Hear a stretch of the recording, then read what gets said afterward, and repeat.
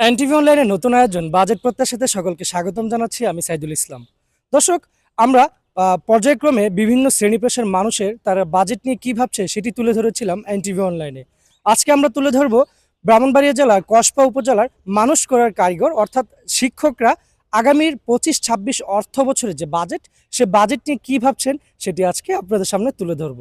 আমরা বর্তমান অন্তর্বর্তীকালীন সরকারের কাছে বিনীতভাবে অনুরোধ রাখব যে শিক্ষাক্ষেত্রে যেন সর্বোচ্চ বাজেট দেওয়া হয়। কারণ শিক্ষাক্ষেত্রে যদি সর্বোচ্চ বাজেট দেওয়া হয়, সেই শিক্ষার্থীরা সুশিক্ষায় শিক্ষিত হতে পারবে, মেরুদণ্ড সোজা হয়ে দাঁড়িতে পারবে, জাতি উন্নত হবে।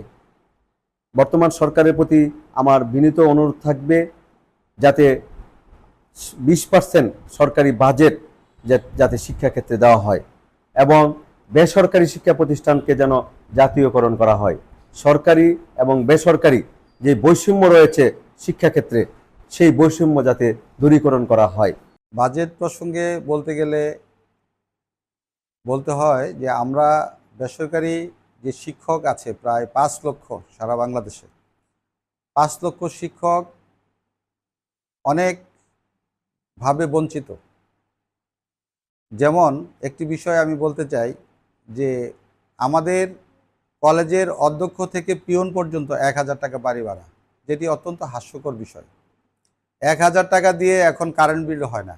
সুতরাং এটি আমাদের জন্য একটি বিরাট বৈষম্য এবং শিক্ষার 95% বেসরকারি শিক্ষকদের দিয়েই শিক্ষা ব্যবস্থা বাংলাদেশে চলমান রয়েছে। তো সেই ক্ষেত্রে বেসরকারি শিক্ষকরা সবচেয়ে বেশি বঞ্চিত এবং তারা তো বাড়ি ভাড়া পায়ই না। 1000 টাকা দিয়ে তাদের সাথে উপহাস করা ছাড়া আর কিছুই নয়।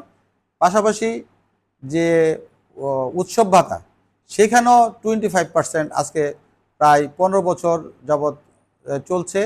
25% এটিরও আমরা কোনো কিছুই দেখছি না।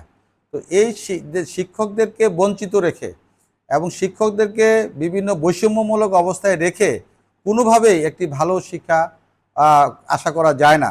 তো বাংলাদেশের শিক্ষা ব্যবস্থার এখন যেই পরিস্থিতি, সেই পরিস্থিতিতে আমি মনে করি যে বেসরকারি শিক্ষকদের জন্য এই বাজেটে একটি শিক্ষক বান্ধব একটি বাজেট যদি না রাখা হয়, শিক্ষক বান্ধব যদি তাদেরকে সুবিধা দেওয়া না হয়, তাইলে শিক্ষকরা বঞ্চিতই থেকে যাবে এবং তারা সেই বঞ্চনার শিকার হয়ে তারা সেই কাঙ্ক্ষিত শিক্ষা বিস্তারে তাদের আন্তরিকতার ঘাটতি দেখা দিবে। বর্তমান সরকার একটা রাজনীতিমুক্ত একটা জনবান্ধব সরকার।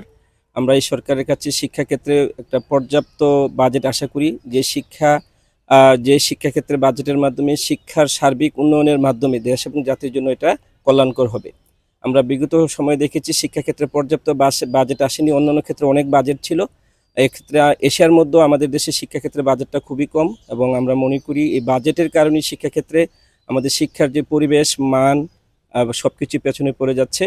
এবং আপনার জ্ঞাতার্থে বলতে পারি, আমরা যারা শিক্ষক রয়েছি, বিশেষ করে বেসরকারি শিক্ষা প্রতিষ্ঠানের শিক্ষক রয়েছি, আমরা অনেক ফার্স্ট ক্লাস জব করি। বিশেষ করে আমরা যারা কলেজ শিক্ষক রয়েছি, কিন্তু সেখানে আমাদের যে বাড়ি ভাড়া সেটা 1000 টাকা ফিক্সড করা এবং যে চিকিৎসা ভাতা সেটা 500 টাকায় ফিক্সড করা। আপনি জানেন বর্তমান যুগে 1000 টাকা বাড়ি পাওয়া খুবই কঠিন, 500 টাকা চিকিৎসা করা এটা খুবই কঠিন। তো আমরা চাই শিক্ষা সামগ্রী সহ ছাত্র শিক্ষকের কল্যাণের জন্য শিক্ষাক্ষেত্রে যদি একটা ভালো বাজেট হয়, তাহলে শিক্ষার গুণগত যে মান, এটা আর উন্নত করা সম্ভব হবে। বর্তমান যে সরকার প্রধান উপদেষ্টা ডক্টর মোহাম্মদ ইউনূস সহ আমি বাংলাদেশ সরকারের কাছে আবেদন এবং নিবেদন রাখতেছি এজন্য যে আমাদের 2025 এবং 26 অর্থ বছরের যে বাজেট হবে, সেই বাজেটটি যাতে শিক্ষাবান্ধব বাজেট হয় এবং আমরা শিক্ষকরা যারা আছি আমরা কোনোভাবেই যেন অবহেলিত না হই। বিশেষ করে মাদ্রাসা শিক্ষা, স্কুল, কলেজ এবং ভোকেশনাল ইনস্টিটিউটে আমরা অনেক সমস্যার সম্মুখীন হয়েছি বিগত বছরে। যেহেতু এটির রাজনৈতিক সরকার নয়, আমাদের জনগণের জনবান্ধব সরকার, সুতরাং আমরা এই মাননীয় প্রধান উপদেষ্টা সকল শিক্ষা উপদেষ্টা সকলের কাছে বিনীত আবেদন রাখছি যাতে আমাদের এই আগামী বাজেটে আমাদেরকে ভালো একটা বরাদ্দ দিয়ে শিক্ষা বান্ধব বাজেট হয় এই প্রত্যাশা রাখতেছি। বর্তমান সরকারের নিকট শিক্ষাক্ষেত্রে যে বাজেট আমার চাওয়া সেটা হচ্ছে আমি শিক্ষাক্ষেত্রে বর্তমান বাজেটে সর্বোচ্চ বরাদ্দ চাই এবং এই বরাদ্দের মাধ্যমে প্রযুক্তি নির্ভর শিক্ষা ব্যবস্থা বাস্তবায়ন হবে, পাশাপাশি সকল ছেলেমেয়েদের জন্য শিক্ষার অবকাঠামোগত ব্যবস্থার উন্নয়ন হবে, তারপরে শিক্ষকদের বেতন কাঠামোর উন্নয়ন ঘটবে।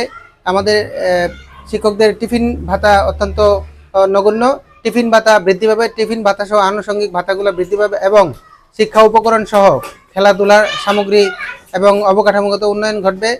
সকল শিক্ষা প্রতিষ্ঠানে সীমানা প্রাচীর নিশ্চিত করা হবে। সর্বোপরি শিক্ষা খাতে সর্বোচ্চ বরাদ্দ চাই। ধন্যবাদ। আমরা শিক্ষাক্ষেত্রে এমন বাজেট চাই যে শিক্ষার গুণগত মান উন্নয়নের ক্ষেত্রে, শিক্ষা বান্ধব পরিবেশ তৈরির ক্ষেত্রে যে সরকারি যে বরাদ্দ, যেমন স্কুলের অবকাঠামোগত উন্নয়ন, তারপরে শিক্ষার যে বিভিন্ন যেমন আইসিটি ক্ষেত্রে, তারপরে যে বিভিন্ন ল্যাব স্থাপন, তারপরে প্রযুক্তি নির্ভর শিক্ষার ক্ষেত্রে মানে উন্নয়ন সম্প্রসারণ, নতুন বিল্ডিং স্থাপন, তারপরে হচ্ছে শিক্ষকদের বিভিন্ন বেতন কাঠামো পরিবর্তন সহ মানে শিক্ষকদের মানে 10ম গ্রেড বাস্তবায়ন এবং শিক্ষার জন্য যে শূন্যপদগুলোতে দ্রুত মানে পূরণ সহ শিক্ষার যে দুর্বল দিকগুলো আছে এগুলো চিহ্নিত করে মানসম্মত শিক্ষা নিশ্চিত করে সরকার আন্তরিক হবেন সেই প্রত্যাশা আমরা করছি।